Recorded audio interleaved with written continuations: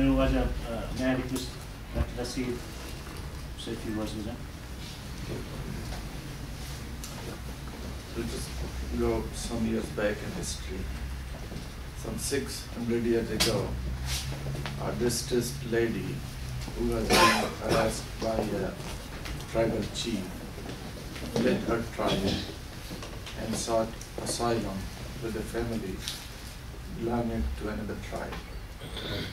The head of that family, according to 100 Baluchi traditions, offered her protection. And the lady became a bahut, or protector of that family. The chief of the tribe from whom the lady had fled felt insult. He and his tribe felt insult because the family who had offered protection to her belonged to a weaker tribe, and the family was not considered to be of equal status. The chief and his tribe came with full force to take back the lady and her property. It was hard to decide for the head of the family who was protecting the lady. To resist a very powerful tribe was surely suicidal. But at the same time, not to protect one's bahut was also unthinkable for a Baluch, as it tantamounts to surrendering one's honor or giving up the Baluchi tradition, which is one of the symbol of the Baluch identity. He chose to resist the aggressors, and in the ensuing battle was killed along with his companions. This honorable man had a 7-year-old brother who was playing with his mate at the time of the killing of his brother. He came to home and saw the body of his brother surrounded by women of his family. It is said that the boy asked the woman not to cry on the death of his brother, as he was killed for upholding the dignity and honor and traditional values of a Baluch and in protecting his bahut. It should be considered an event to which one should be proud of. According to the Baluch legends, the boy left his home and went to Sindh, where he excelled himself in archery and sword fighting and other fighting techniques of that time.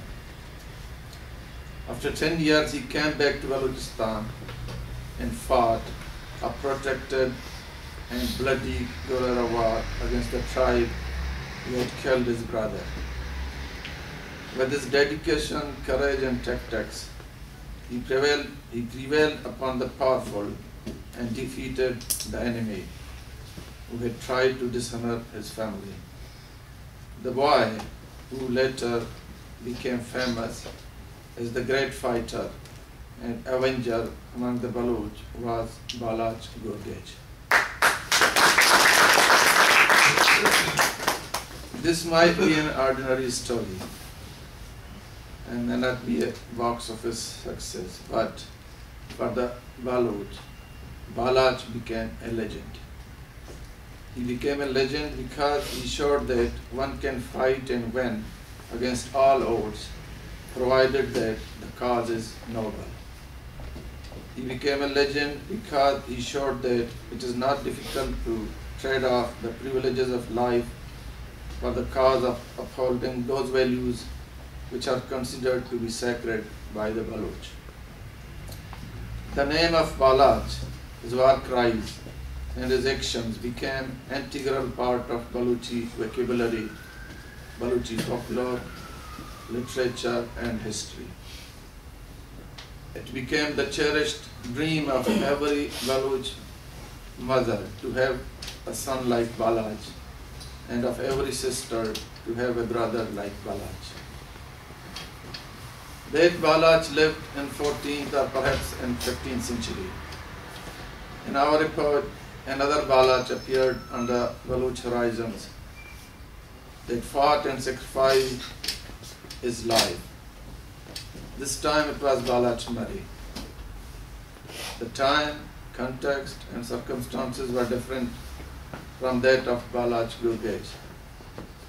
Balach Gurgej fought for the preservation of the Baluch values. The Balach of our time fought and sacrificed not only for the preservation of the Baluchi tradition, but for the salvation of the whole Baluch nation and motherland. With his ultimate sacrifice, Balach of our epoch became the Che Guevara of our region. There is no household in today's Balochistan which is without a photo of Balach Mari. Why Balach Mari is being remembered as a hero and legendary figure by the Baluch? The Baluch will remember him because they know he was determined to fight for the preservation of Baluch values, traditions, and national identity. He will be remembered because as a member of the privileged class, a member of Proud Cell Assembly, he could have achieved all the gains which the Pakistani society could have allowed. He could have easily become the Chief Minister or Governor of the province. He will be remembered because he abandoned everything for the achievement of the highest goal of national liberation.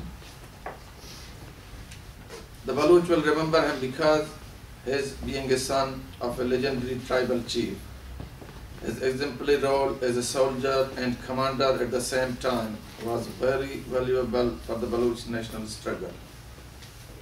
The Baluch will remember him because they believe that his faith in Baluch destiny, his faith in the idea of national emancipation, and his faith in setting the example by embracing death for the sacred cause was extraordinary and genuine. Unlike the Balach of 14th century, the Balach of 21st century was unable to see the defeat of the enemy in his lifetime, but he was successful in many other ways. He was successful in inspiring thousands of the Baluch youth to actively join the national struggle. He was successful in inspiring the Baluch youth for an unflinching desire to fight and die for the common cause of national liberation. He was successful in inspiring the Baluch youth to believe that the overwhelming power of the enemy should not be considered as a meaningful obstacle in the march towards the destination. Undoubtedly, the martyrdom of Balach was a great loss to his family, friends, and comrades. Nevertheless, his martyrdom became a redemptive force which strengthened the national struggle. His death will be an inspiring force for the years to come, and his death is undoubtedly a very beautiful gift for the generations of the Baluch to come. Thank you. Thank you, Dr. Saab. Right, Balach Gurgej, he revenged his brother's death. For this Balach Mari, he fought to the last of his breath for the freedom and liberation of millions of Baluch people.